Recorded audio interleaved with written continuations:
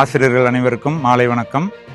நாளை மறுநாள் தலைநகர் சென்னையில் நடைபெற இருக்கின்ற உரிமை மீட்பு உண்ணாவிரத போராட்டத்திற்கான ஏற்பாடுகளை கூட்டமைப்பினுடைய தலைவர் பார்த்திபன் சார் அவங்களோட குழுவினர் சிறப்பாக செஞ்சிட்டு இருக்காங்க.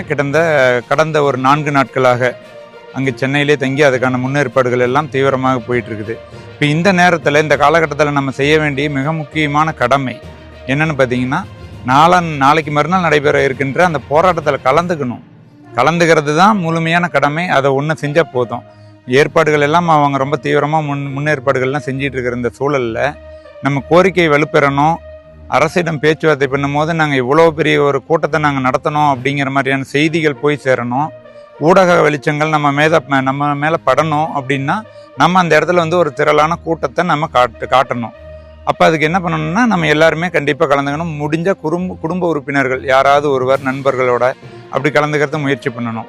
இப்போது இதில் எல்லாரும் சொல்கிற 2 காரணம் என்னென்னு பார்த்தீங்கன்னா, ஒன்று நிதி சுமைன்னு சொல்கிறாங்க, பொருளாதார நெருக்கடி போனால் செலவாகுங்கிறாங்க. ஒரு உதாரணத்துக்கு சொல்கிறேன், சேலம் மாவட்டத்திலிருந்து ரயில் வழியாக பயணம் பண்ணணும் அப்படின்னா 300 ரூபாய் செலவாகுது போக வர.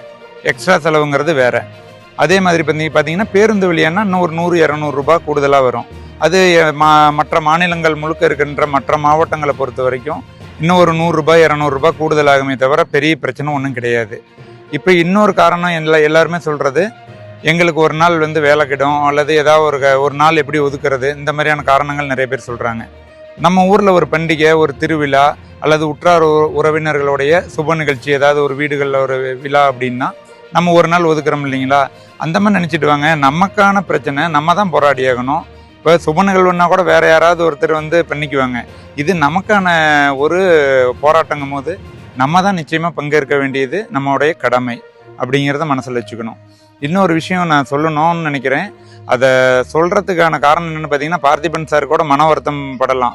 ஏன்னா இது அவரோட தனிப்பட்ட விஷயம். 2 நாட்களுக்கு முன்னாடி பார்த்தீங்கன்னா, அவர் தொடர் பயணங்கள் மற்றும் சரியான ஓய்வு இல்லை, சரியான உணவு எடுத்துக்கல, இப்படியே தொடர்ச்சியாக பயணம்னு ட்ராவல் பண்ணிகிட்டே இருந்ததுனால பார்த்தீங்கன்னா அவருக்கு செஸ்ட் பெயின் வந்திருக்கு.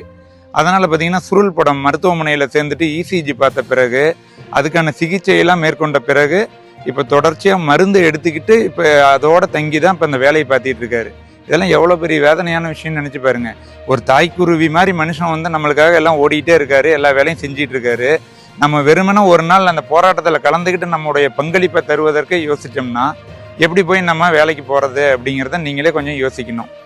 இதுக்கு மேலே இது ரொம்ப விவரமாக ரொம்ப டீட்டெயிலாக நம்ம சொன்னோம்னா உங்களுக்கு ரொம்ப வருத்தமாக இருக்கும். அதனால் நான் ரொம்ப இதை நீட்டி முழங்கணும் அப்படின்னு விருப்பப்படலை. தயவு செஞ்சு எல்லாரும் கலந்துக்குங்க அப்படிங்கிறத என்னுடைய வேண்டுகோள்.